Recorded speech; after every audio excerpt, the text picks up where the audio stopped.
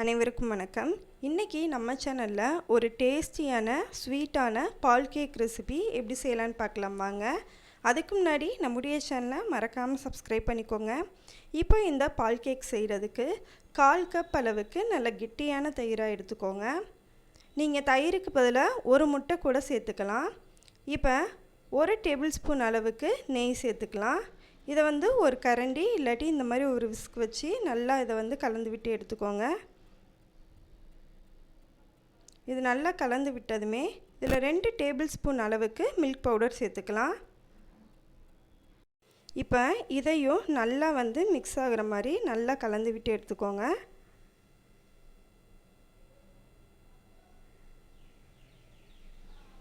இதில் ஒரு பிஞ்ச் அளவுக்கு பேக்கிங் சோடா சேர்த்துக்கலாம். கொஞ்சமாக ஒரு பிஞ்ச் அளவுக்கு சால்ட் சேர்த்து இது எல்லாத்தையும் நல்லா மிக்ஸ் பண்ணி எடுத்துக்கலாம். இப்போ இதில் 3/4 கப் அளவுக்கு கோதுமை மாவு எடுத்துக்கலாம். நம்ம வீட்டில் ஏதாவது ஒரு கிண்ணம் இல்லாட்டி டம்ளரில் இந்த மாதிரி மெஷர் பண்ணி எடுத்துக்கோங்க. 3/4 கப் அளவுக்கு கோதுமை மாவு, 1/4 கப் அளவுக்கு மைதா மாவு எடுத்துக்கலாம். இப்போ இதை எல்லாத்தையும் நல்லா கலந்து விட்டு எடுத்துக்கலாம். இப்போது நல்லா கலந்ததுமே மாவு இந்த மாதிரி உதிரி உதிரியாக வரும். இப்போ இதில் கொஞ்சம் கொஞ்சமாக நம்ம தண்ணி சேர்த்துக்கலாம்.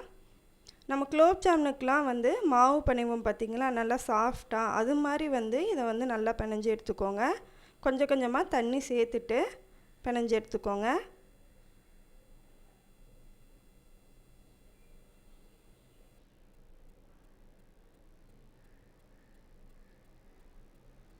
இப்போ இதை இந்த மாதிரி சப்பாத்தி மாவு மாதிரி நல்லா பிணைஞ்சி உருட்டி ரெடி பண்ணி எடுத்துக்கோங்க. மாவு பார்த்திங்கன்னா இந்த மாதிரி ரொம்பையும் தண்ணி சேர்த்துறாமல் ரொம்பையும் கெட்டியாகாத மாதிரி இந்த மாதிரி கரெக்டாக பிணைஞ்சி எடுத்துக்கோங்க. இப்போ கடைசியாக இதில் 1/4 டீஸ்பூன் அளவுக்கு நெய் சேர்த்துட்டு நல்லா பிணைஞ்சி எடுத்துக்கலாம்.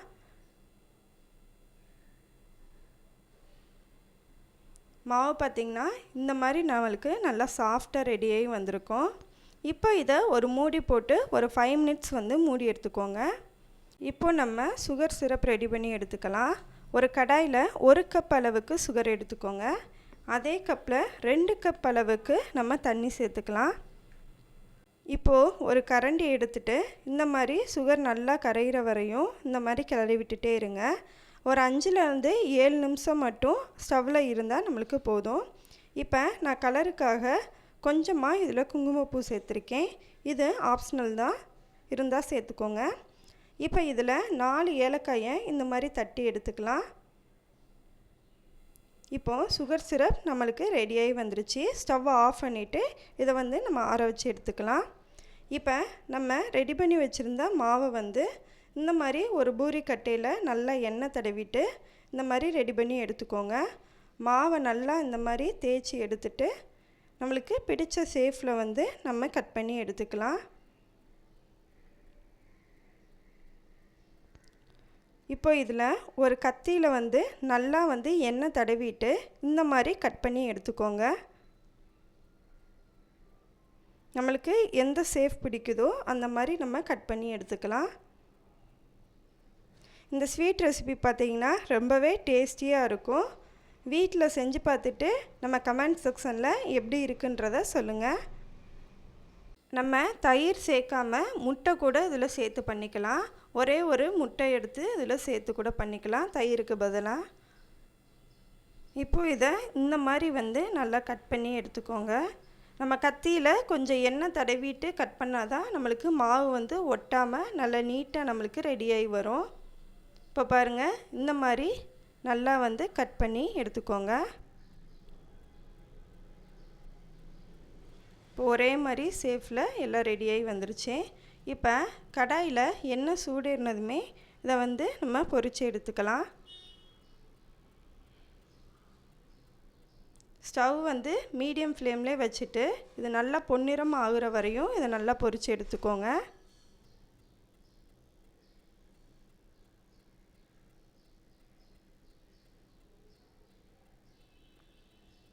இப்போ ஒரு கரண்டி வச்சு இதை நல்லா திருப்பி விட்டுக்கலாம். இப்போ பாருங்கள், நல்லா பொன்னிறமாகி ரெடியாகி வந்துருச்சு. இதே மாதிரி நம்ம கட் பண்ணி வச்சுருந்த எல்லா மாவையும் இந்த மாதிரி போட்டு பொரித்து எடுத்துக்கோங்க. இப்போ இதை ஒரு பாத்திரத்தில் மாற்றிடலாம். இப்போ இது நல்லா சூடு ஆறுனதுமே, நம்ம சுகர் சிரப்பும் நல்லா சூடு ஆறுனதுமே ரெண்டையும் நம்ம மிக்ஸ் பண்ணிக்கலாம். இப்போ சுகர் சிரப் வந்து நல்லா சூடு ஆறி நம்மளுக்கு ரெடியாகி வந்துருச்சு. சுகர் சிரப் நல்லா ஆறி வந்ததுமே இப்போ நம்ம ரெடி பண்ணி வச்சுருந்த பால் கேக்கை வந்து இதில் சேர்த்துக்கலாம். 1 கப் அளவு மாவுக்கு 1 கப் அளவு சுகர் வந்து கரெக்டாக இருக்கும். இப்போ இது எல்லாத்தையும் சேர்த்துட்டு ஒரு கரண்டி வச்சு இந்த மாதிரி அமுழ்த்தி விட்டு எடுத்துக்கோங்க. இந்த ஸ்வீட் பார்த்திங்கன்னா நல்லா நம்மளுக்கு இதோட சுகர் சிரப்போடு நல்லா ஊறி வந்து சாப்பிட்டோன்னா தான் நல்லா டேஸ்ட்டாக இருக்கும். அதனால் இது ஒரு 4 மணி நேரம் நல்லா வந்து ஊறி ரெடியாகி வரட்டும். இப்போ இதை ஒரு 4 மணி நேரம் கழித்து பார்த்தோன்னா சுகர் சிரப்போட இந்த பால் கேக் வந்து நல்லா ஊறி ரெடியாகி வந்திருக்கும். இப்போ இதை ஒரு தட்டில் மாற்றி சர்வ் பண்ணி எடுத்துக்கலாம். இந்த பால் கேக் ஸ்வீட் பார்த்திங்கன்னா ரொம்பவே அருமையான டேஸ்ட்டில் இருக்கும். வீட்டில் ட்ரை பண்ணிவிட்டு எப்படி இருந்துச்சுன்றதை கமெண்ட் செக்ஷனில் சொல்லுங்கள். அப்படியே நம்ம சேனலையும் மறக்காமல் சப்ஸ்கிரைப் பண்ணிடுங்க.